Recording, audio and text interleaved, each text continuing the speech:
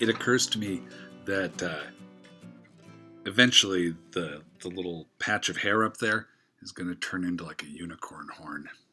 And there's nothing I can do to stop it. Hi, I'm John Moe from the Hilarious World of Depression, here with another mental health moment for May, Mental Health Awareness Month. As always, we've been asking you, our listeners, for unusual tips or tricks, things that help you feel mentally healthier. And today, this tip, this moment, is all about puzzling. Keeping the brain occupied. Anna says, I have an obsessive puzzle-solving mind that never stops running. Whenever there's a logical problem to fix, my mind is on it like a magnet. But when there are no problems in sight and everything's fine, that's when the trouble begins, right, Anna? That's when her anxiety creates a problem out of nothing, just so it'll have something to do. So to keep it from leading me down a dark spiral, she says, I make sure I always have some sort of harmless puzzle to distract the anxiety with. Crosswords, programming, figuring out a new piece on piano works wonders. I study statistics and work extra as a math teacher, so I pretty much always have some equation or assignment that I can give my anxious brain and say, here you go, play with that and stop bugging me. That's a real thing, and that's good advice. I am not a math teacher, but it's the same idea behind when they tell you to focus on your breathing when you meditate. Like, put your attention on this one thing and just give your brain some respite from the constant spinning that might go along with anxiety or depression.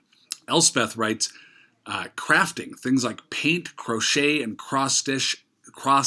It's repetitive, helps me get into a slow breathing pattern, much like I would in meditation. See, here we go.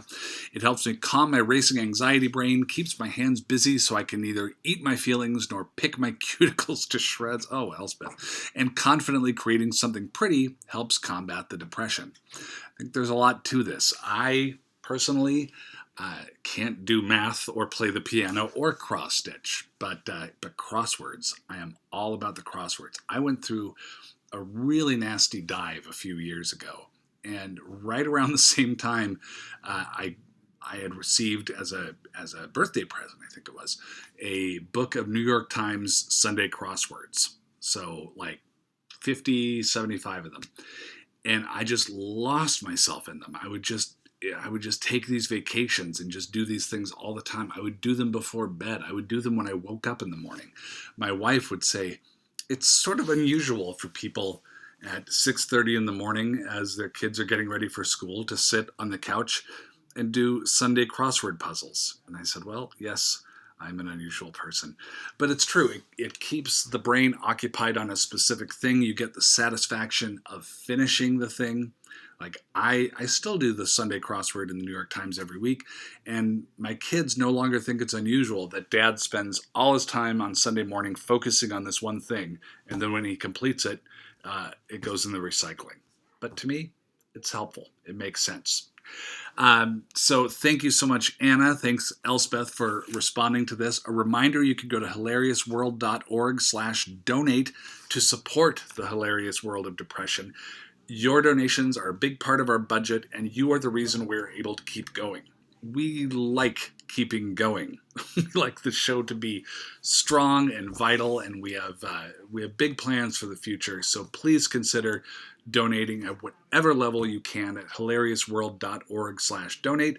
Therein, at that website, you can see the Thwad socks that are available. They got the microphone and the teardrop. They say Thwad on the bottom. You can also choose the Depressed State t-shirt, show your school spirit, show your educational pride. It's got Depressed State on this side. It's got the logo on this side. Can you see the logo? Yeah, there it is. So yeah, help us out if you could. That's all for now. We'll see you next time.